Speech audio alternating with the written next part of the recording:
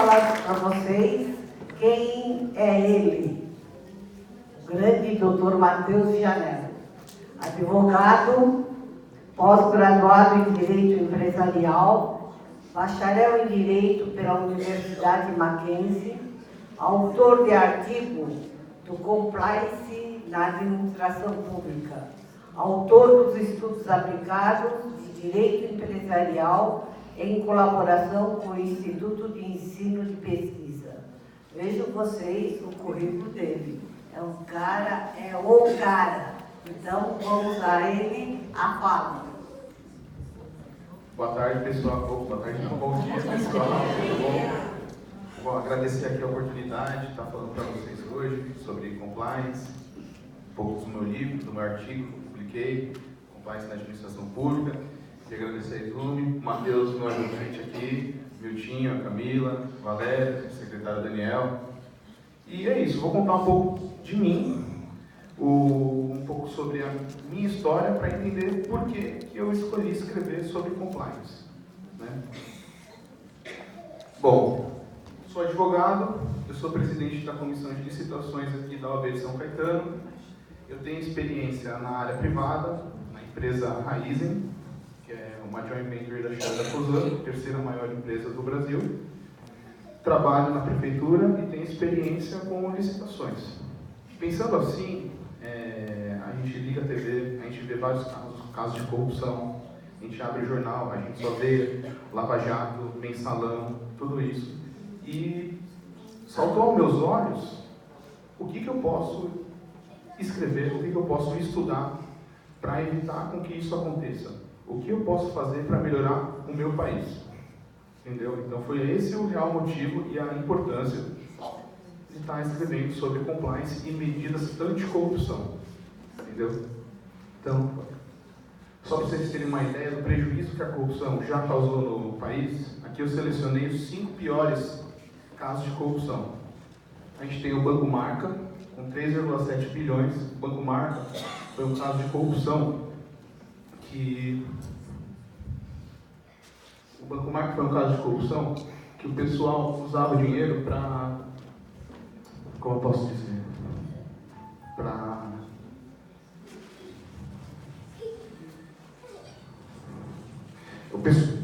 Não sei se vocês devem estar lembrados, nos anos 90 o dólar estava 1 para 1 com o real. E num determinado período de tempo o dólar valorizou e começou a valer mais de R$1. O que aconteceu? Esse Banco Marca ele tinha dívidas, tinha contratos que ele teria que pagar no mês seguinte, há tanto tempo depois. O que aconteceu? Esses contratos, o preço estava fixado em dólar. Então, de um dia para a noite, ele criou uma dívida de 1,5 bilhões de reais. Usando a influência que ele tinha dentro do Banco Central, ele conseguiu pegar esse empréstimo e até hoje a gente não viu a cor do dinheiro. Se fosse hoje, a gente teria um prejuízo de 3,7 bilhões.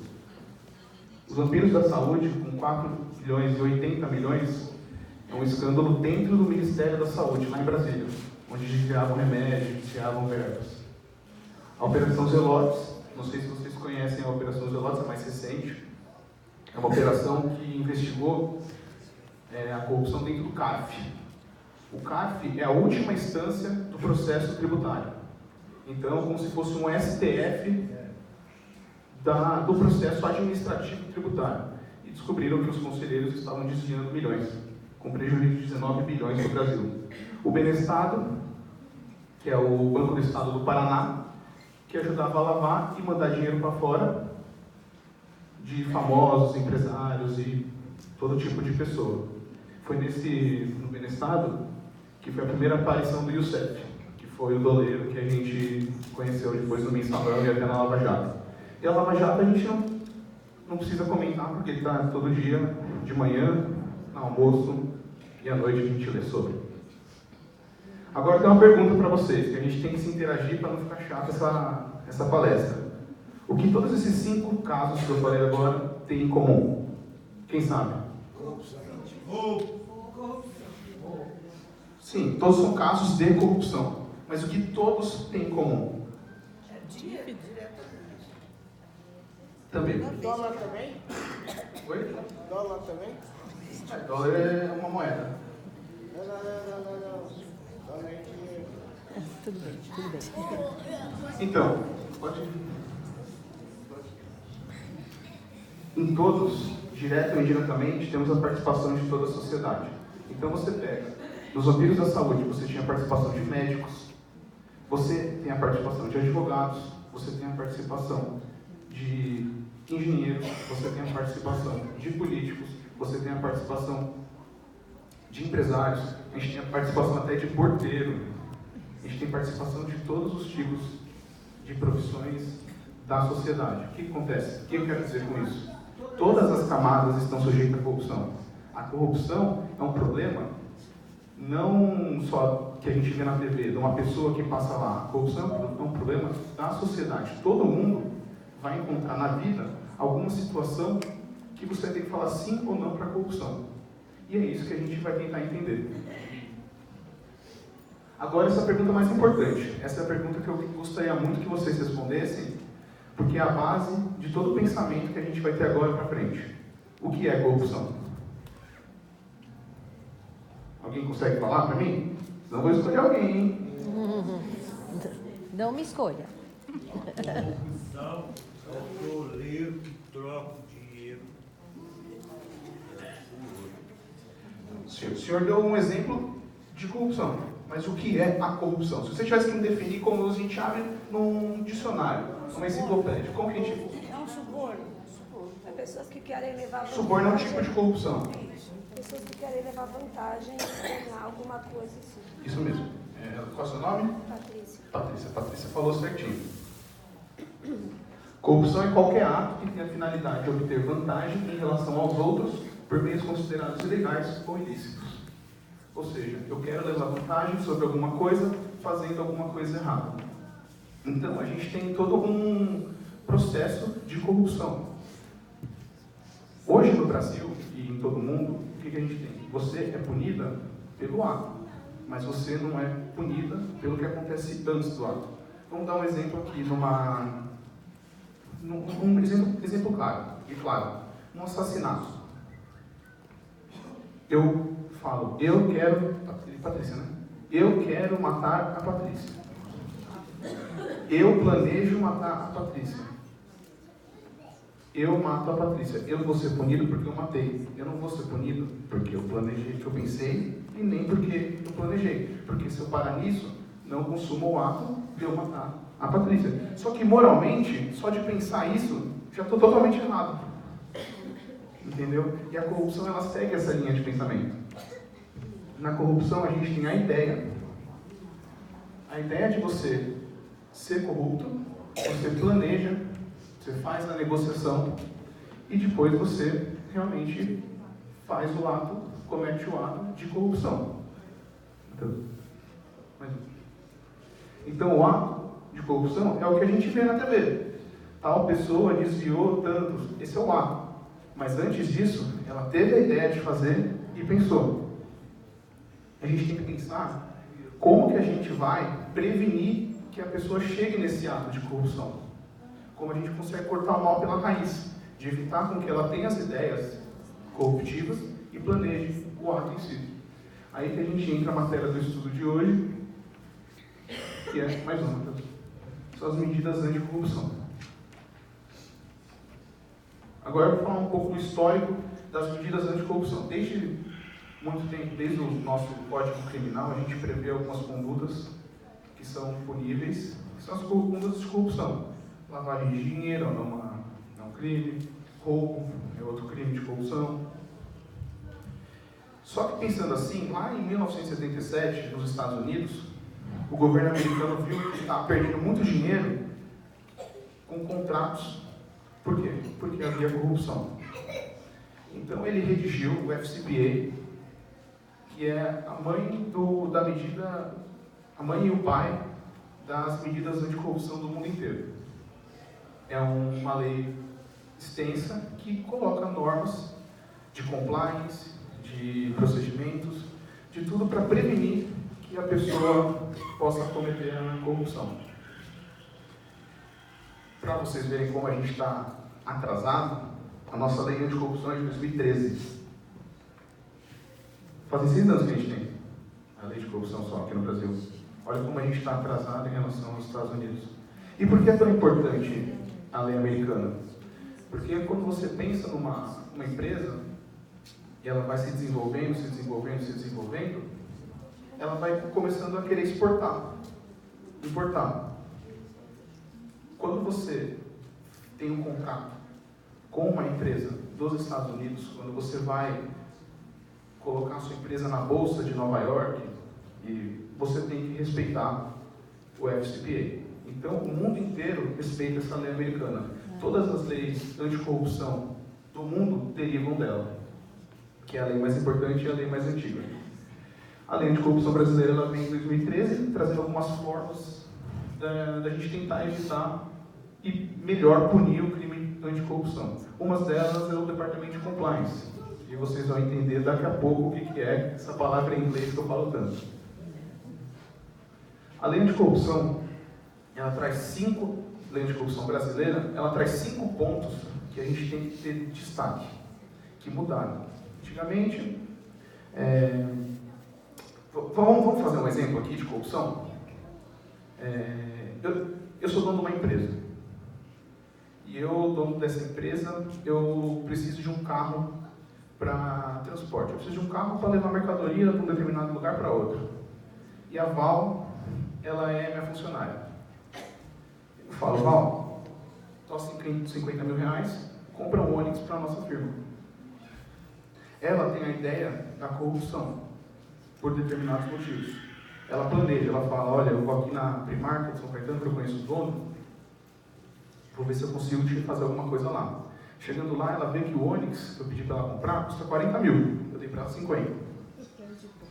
Ela chega para o dono da Primark e fala, olha, vamos fazer o seguinte, você faz a nota de 46 mil.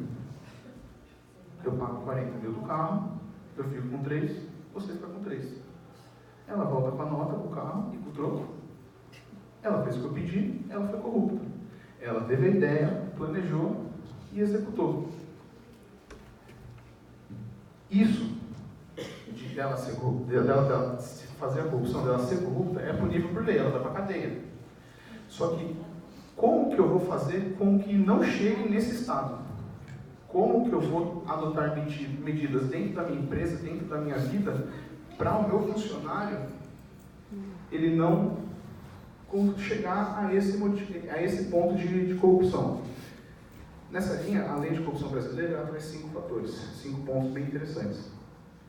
Responsabilização administrativa. O que é a responsabilização administrativa? Não foi a Val que cometeu um crime de corrupção? Sim. Se eu cometo um crime, se ela, como minha funcionária, comete um crime de corrupção e ela prejudica um terceiro, o Estado brasileiro, eu, como chefe dela, tinha a responsabilidade de saber que ela não pode fazer isso. Então, a lei de corrupção ela traz esse fator. Eu, como chefe dela, também sou responsável pelos atos dela. Maiores multas. Com a lei anticorrupção, se você descobre uma empresa que está muito corrupta, você pode dar uma multa que chega até 20% do faturamento dela, e em alguns casos você pode até acabar com a empresa, dissolver a empresa. É uma medida nova que veio nessa lei. Você começa a ter os cadastros nacionais. O cadastro nacional aí você abrange 2 partes, tanto das pessoas das empresas que têm um ótimo relacionamento com a corrupção, têm departamento de compliance, lutam contra a corrupção, e tanto o cadastro das empresas que são alvos de investigação. A gente consegue falar várias, Odebrecht, Braskem, OAS, todas essas empresas, elas tinham uma política anticorrupção e mesmo assim fizeram isso. Então essas empresas estão dentro desses cadastros. Acordo de leniência. Alguém sabe o que é acordo de leniência? Quem falou não? Não sabe o que é? Já ouviu falar de delação premiada? O que é a delação premiada? É quando um deve o que o outro fez e em troca de algum benefício, alguma não punição. Sim. É eu chegar e falar, qual é o nome da senhora? Fátima, eu cheguei a falar, Fátima, ó, eu sou a justiça, eu vou te acusar por esses crimes que você fez, certo? A punição é isso, isso, isso. Vamos fazer assim? Você me fala o que as pessoas você me conta todo o seu esquema, aí a gente dá uma aliviada nisso. Beleza? Isso é a delação premiada. Acordo de leniência é basicamente a mesma coisa, só que para a empresa. Lembra que eu falei no começo que agora a responsabilidade também não é só da pessoa que é corrupta, é da empresa em geral? É isso, é a empresa chegar e conversar, ó, a gente fez isso, por exemplo, e também prometer uma estrutura nova para combater a corrupção. Então, a Odebrecht, por exemplo, ela assinou o acordo de leniência com a justiça brasileira, e uma das coisas que ela teve que fazer é: o meu departamento de compliance, ele é horrível, ele é ruim, ele é falho, eu vou reestruturar. E teve que comprovar para o governo brasileiro que ela melhorou as políticas dela anti-corrupção. Esse nome aí tem alguma coisa derivada com Lenin da União Soviética? Compliance? Lenin, sabe? Não, na verdade, compliance vem do... Lenin. Leniência. Não. E o quinto principal ponto é a obrigação, a instituição de departamento de compliance. O departamento de compliance, ele vem, através da lei de corrupção, como uma forma de combater dentro das empresas, dentro das instituições, a corrupção. Agora, a mesma pergunta que onde a gente chegou agora, que é o ponto, vocês já sabem o que é corrupção, vocês já sabem pensar o que é punido e o que tem que ser combatido. Uma dessas formas é o compliance. E o que vocês acham que é o compliance?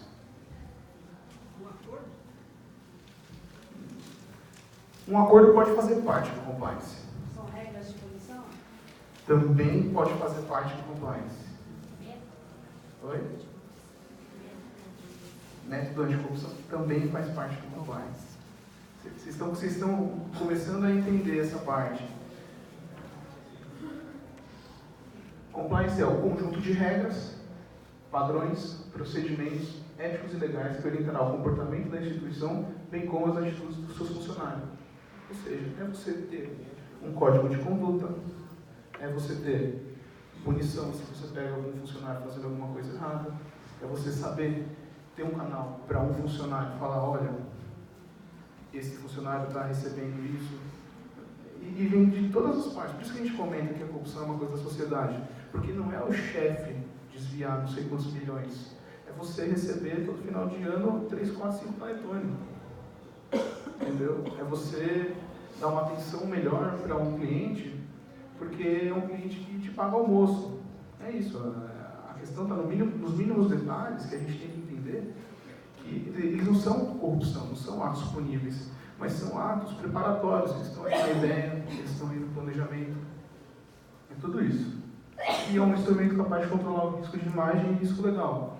Ou seja, quando você faz um departamento de compliance dentro de uma instituição, você consegue ter controle maior. Por exemplo, se você tem um departamento de compliance e sua empresa é pega num escândalo, você consegue diminuir a responsabilidade da sua empresa, porque você pode comprovar: olha, ele roubou, realmente eu devia estar de olho nele, mas eu fiz tudo para estar de olho. Eu liberei um canal de denúncia, eu fiz treinamento, eu tenho um código de conduta disponível no sistema, tudo. Então, assim, a importância do compliance, e o que é o compliance é isso. É o conjunto de várias coisas que conseguem prevenir a corrupção. E isso você coloca dentro de empresas, dentro de órgãos públicos, através de departamentos. Pode passar. Assim, tem um estudo que fala que... aqui vai uma crítica minha sobre... Vocês já ligaram alguma ouvidoria? Tem ouvidoria que é boa, tem ouvidoria que é ruim, né? Nenhuma boa? É um negócio meio para inglês ver, né? Então, compliance, ele pode ser para inglês ver também. E muitas vezes acontece isso, o que é errado. Tem um estudo que fala: se você respeita esses 7 princípios que estão, esses 7 elementos que estão aqui no quadro, você vai conseguir ter um bom departamento de compliance. O primeiro é o compliance officer, que é o chefe de compliance. É uma pessoa que tem que estar alinhada com o pensamento da tua empresa, com o pensamento da tua prefeitura, do teu governo. Eu falo assim, empresa para ficar mais fácil, mas assim, vocês podem imaginar em qualquer lugar. Qualquer lugar que você tem um fluxo de dinheiro pode gerar corrupção. Então, assim, esse compliance officer, esse chefe de compliance, ele tem que ter liberdade, ele tem que estar de acordo com a cultura, mas ele tem que ter liberdade para poder, mais futuramente, investigar tanto o chefe dele, quanto as pessoas debaixo dele, né? Então, a primeira parte, para você ter uma implementação de um programa de compliance, um programa de integridade bom, é você ter uma pessoa responsável ou um comitê por aquele departamento. Você tem que criar, não é, beleza, como tem a ver um pouco com lei, como tem a ver com corrupção, eu vou deixar aqui na mão do jurídico. Não, porque o jurídico não vai investigar o jurídico. Entendeu? Você tem que ter uma coisa à parte, um departamento à parte da empresa. Tendo um compliance officer, você consegue fazer um padrão de condutas. Toda empresa grande hoje em dia tem um código de ética, não tem um manual de condutas. É isso. O manual de ética, o código de conduta, todos eles são feitos pensando no que a cultura da empresa, o que eu vou levar da cultura da empresa para ensinar para o empregado, para ele entender que ele não pode nem ter uma ideia corruptiva, porque a empresa não apoia a corrupção, porque o departamento não apoia a corrupção. Partimos para o terceiro ponto, educação. Tendo uma pessoa responsável pelo compliance, pelo programa de integridade, e tendo um código de conduta, o que você faz? Treinamento. Você incentiva as pessoas, você explica situações, você fala, você dá exemplos práticos. Olha, nessa situação você tem que fazer isso, você tem que falar isso. Por exemplo, uma política de compliance. Se um cliente te chama para almoçar, você tem que pagar a sua conta como funcionário. Por quê? Porque isso pode caracterizar que ele está, através de dando um almoço para você, levando alguma vantagem. Se mais para frente vai ou não vai levar vantagem, isso não importa, porque isso vai ser punido pela lei. Só que a gente tem que pensar aqui nessa parte da ideia e do planejamento. Então, se você tem alguma característica, alguma atitude que está dentro do planejamento e da ideia, você já tem que punir dentro do local, seja na empresa, seja na prefeitura, seja no governo, seja em qualquer outra entidade. Quarto ponto, auditoria e monitoramento, de você poder ter acesso, por exemplo, o TI. O TI tem acesso ao e-mail de todo mundo. Se o chefe de qualquer um aqui chegar e falar, deixa eu ver o e-mail de tal pessoa do trabalho, não particular. O TI vai completar um relatório com todos os e-mails dela. Então, o compliance officer, o chefe de compliance, ele tem que ter a possibilidade de monitorar todo mundo, para saber que aquele programa está sendo implantado e caminhando numa direção certa. Reporte e investigação. Qual é o nome do senhor? Qual é o nome do senhor? Oswaldo. Seu Oswaldo, imagina que eu sou o chefe de compliance da empresa que o senhor trabalha. E eu falo para o pessoal do TI, hoje eu quero o e-mail das últimas 2 semanas do seu Oswaldo, porque a Rosaninha, ela fez uma denúncia e está vendo que ela acha que ele está escondendo alguma coisa. Então, eu, como chefe de compliance, eu vou pedir para o TI, ele vai me dar os seus e-mails, e eu tenho o poder de ler os seus e-mails e investigar tudo o que você fez, para saber se suas condutas estão certas ou estão erradas. Se aqueles e-mails que você passou pode, no futuro, concretizar um ato que você está sendo corrupto. Se eu não tenho essa liberdade, o programa, as medidas anticorrupção não vão funcionar. O sexto ponto é medidas disciplinares. Ou seja, descobrindo que o senhor fez alguma coisa, conversou, teve uma conversa diferente com algum cliente, e você teve uma conversa diferente com uma pessoa que trabalha com o senhor, eu posso chamar o senhor para conversar e, aqui uma advertência, porque você fez isso e está previsto no código de conduta que a gente fez lá atrás, que você foi treinado para não fazer. Então, aqui é a primeira advertência. E isso dá justa causa. Nossa. Entendeu? Você tantas advertências que podem ser aplicadas através de você não respeitar o código de conduta, o código de ética da empresa, pode dar justa causa. E por fim, a prevenção e reação, que são todos esses princípios tudo junto. É você ter mecanismos de prevenção. Você, mesmo chegando nesse ponto que a pessoa realmente quer ser corrupta, você consegue parar ela. Lembra do exemplo que eu dei? Que a Val ia comprar um carro e ela chegou pro dono da loja e falou: me vê uma nota maior? E se, no meu procedimento, o seu Oswaldo também é funcionário da empresa, antes de dar os 50 mil para ela e pedir para ela comprar o carro para mim, eu faço: Oswaldo, levanta o preço aí de 3 empresas. Quanto custa? A de São Caetano, a de São Bernardo e a de Santo André. Aí o seu Oswaldo vai chegar e falar: Matheus, aqui a média do preço é 40 mil. Ou seja, eu falo: Val, estou aqui 50 mil, eu sei que custa 40.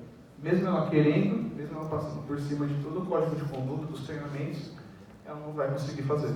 Porque eu já falei para ela que eu sei que custa o carro. É meio absurdo você achar que uma pessoa assim não vai saber o preço do carro. Mas imagina numa empresa grande, que você tem uma cadeia de pessoas. Quem vai ser responsabilizado depois vai ser o presidente, que tem o vice-presidente, que tem o diretor, que tem o gerente, que tem o supervisor, para chegar numa pessoa que realmente pode fazer uma conduta corruptiva. Então você muitas vezes nem sabe o que está acontecendo. E quando você faz mecanismos preventivos, você acaba assegurando toda a aplicação da política anticorrupção. Aqui é um gráfico, acho que ficou bem claro, vocês entenderam o que é o compliance, o que é a política anticorrupção. E para mostrar a importância, aqui a gente está aqui para conversar, bater um papo para, poxa, é um assunto super atual, como vamos combater a corrupção, como vamos melhorar o país. Só para vocês terem uma ideia de como está se desenvolvendo os departamentos de compliance dentro das empresas. Aqui é um estudo feito pela Deloitte.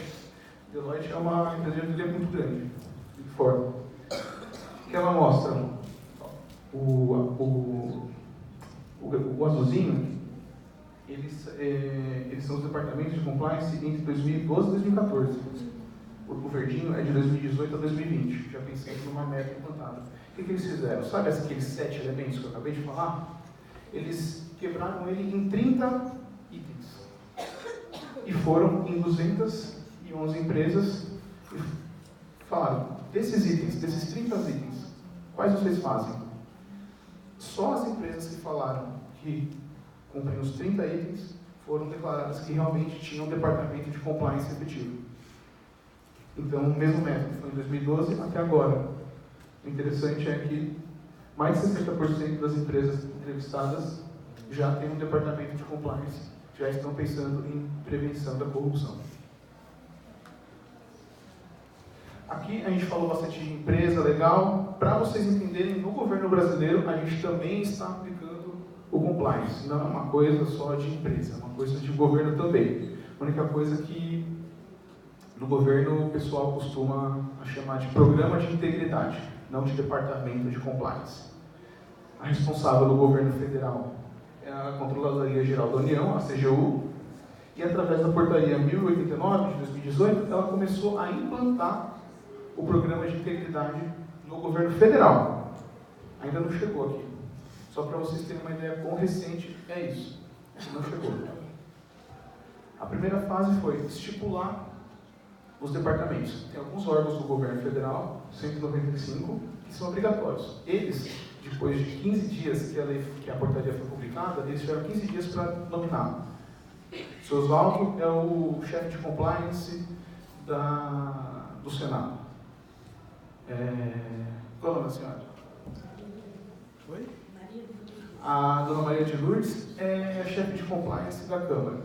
Então, todos esses, a primeira fase foi: vamos escolher alguém, escolher pessoas, pode ser um comitê, para ser responsável pelas medidas anticorrupção de cada departamento. A segunda fase, que terminou em novembro do ano passado, foi: eles tiveram 6 meses aproximadamente para escrever como funcionaria o programa de compliance, levando em consideração aqueles 7 elementos que a gente acabou de falar, para ser aprovado na CGU. Foi aprovado dos 95 órgãos obrigatórios e 12 órgãos que não são não foram obrigados, tiveram também o plano deles aprovado pela CGU. E agora a terceira fase é aplicar e expandir. Já está sendo aplicado os programas de integridade, os setores de compliance nesses órgãos públicos, e a intenção é que o mais breve possível a gente consiga, em todo o governo brasileiro, isso inclui a nossa Câmara, isso inclui a nossa Prefeitura, isso inclui as nossas autarquias, a USCS. Então todas têm que estar alinhadas para junto combater a corrupção. Então, para dar uma fechada aqui no tema, lembra daquele fluxo que é a ideia, o planejamento e a corrupção? A ideia principal da discussão é como a gente vai acabar com o ato de corrupção antes de chegar ao ato de corrupção, antes de ter que punir a pessoa definitivamente com uma cadeia, com uma multa. Então a gente tem que pensar numa cultura de não corrupção, um código de conduta onde estipula todas as coisas que você pode e você não pode fazer. O que é a vermelha ali, hein, chefe? Está escrito ato de corrupção. E o outro lado? O que é? É ideia, planejamento e ato de corrupção. É o mesmo fluxograma dos primeiros slides. Falando que você pensa em ser corrupto, você planeja em ser corrupto, para depois você realmente ser corrupto. Então, como a gente vai evitar que a pessoa seja corrupta? Agindo na ideia e no planejamento dela. Então, como a gente pode agir? A gente pode tentar, através de treinamentos, através de onde ela está, criar uma cultura, fazer um código de conduta, aplicar multas, estabelecer procedimentos, realizar um monitoramento, investigar e outras políticas. Alguém sabe o que é isso daí que eu coloquei? O que é isso daí? Isso é o compliance. Porque, mas o que vai acontecer se a gente fizer tudo isso? Aquilo lá nem acontece. Acaba. Entendeu? E agora, como a gente pode melhorar nosso comportamento? Sabendo que a gente só é punido quando realmente a gente é corrupto, quando a gente faz alguma coisa. Só que agora deu para explicar mais ou menos, um pouquinho, de como a gente pode evitar. Como a gente pode aplicar isso no nosso dia. De como a gente ter uma cultura, de ter um padrão de conduta ético, de como levar a moral acima de tudo, é o que eu falei. Se você sabe, se você tem uma cultura que você não pode praticar um ato de corrupção, você não vai nem chegar a cometer um ato de corrupção, porque você já vai cortar o mal pela raiz, você já não vai ter nem a ideia. E essa é a mensagem, que é a discussão que fica para vocês. Como que a gente, como falei, todas as profissões, todo mundo na sociedade está sujeito à corrupção, como que a gente pode prevenir elas? Pensando numa conduta, num código, toda essa parte de sociedade. E é isso, bem curtinho, bem rapidinho. E vocês têm alguma dúvida? Vocês têm alguma...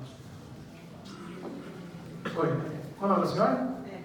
Edna, dona Edna. Eu gostaria de perguntar o seguinte: você vai corromper alguém, o outro também tem que estar.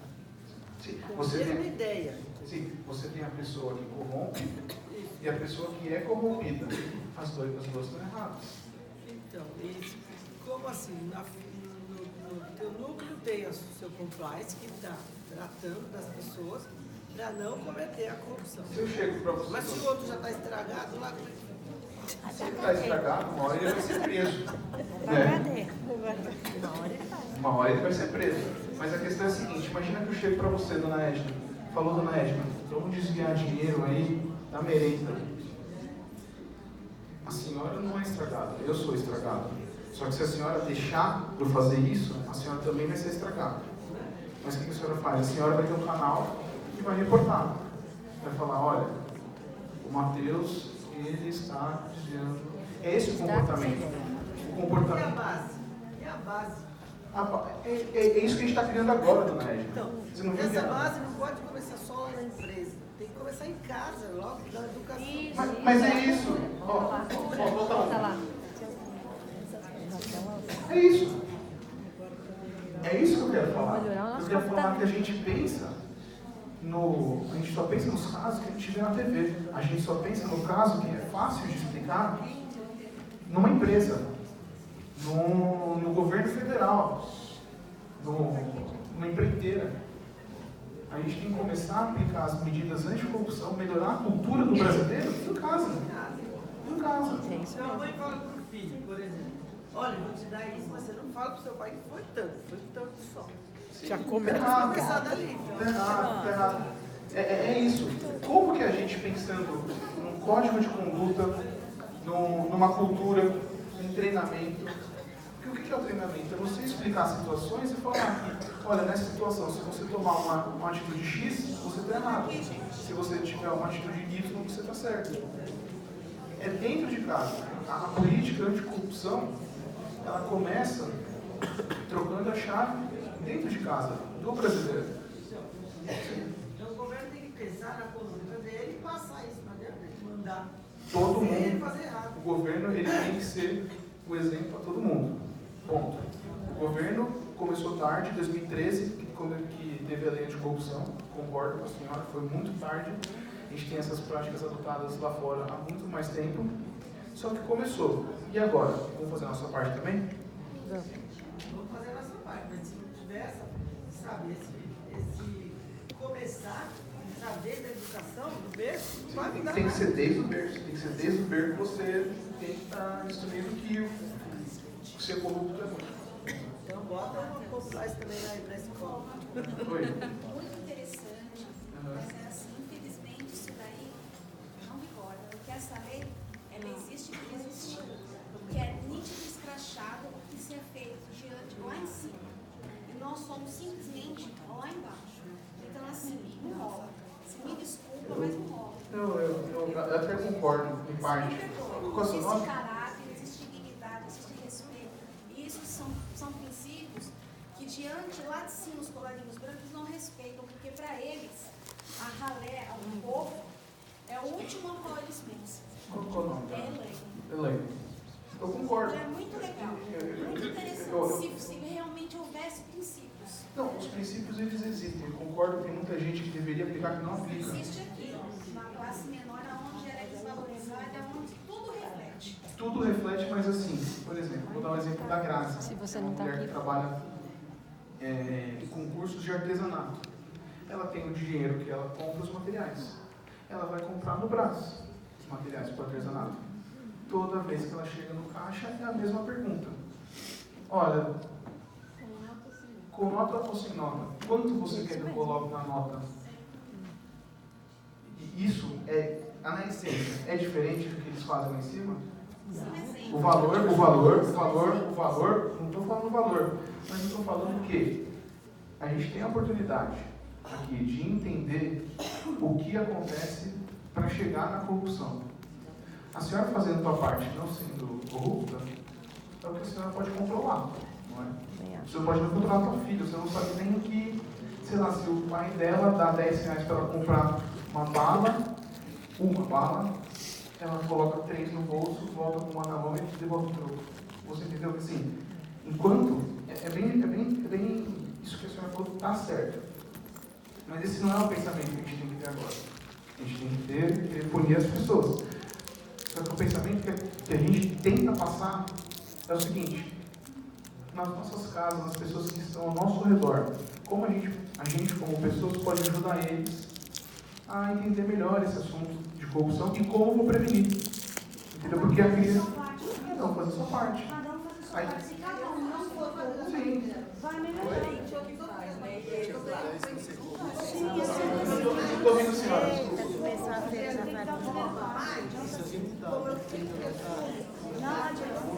Mais uma pergunta e acabou. Gente, vamos ouvir. Isso aí eu acho que a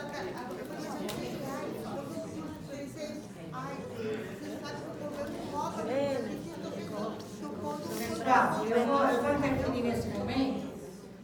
Tá ouvindo? Tá. Sim. Eu vou interferir nesse momento, porque é o seguinte, eu achei muito interessante o tema do Matheus hoje, mas vocês têm que pensar no cenário como um todo.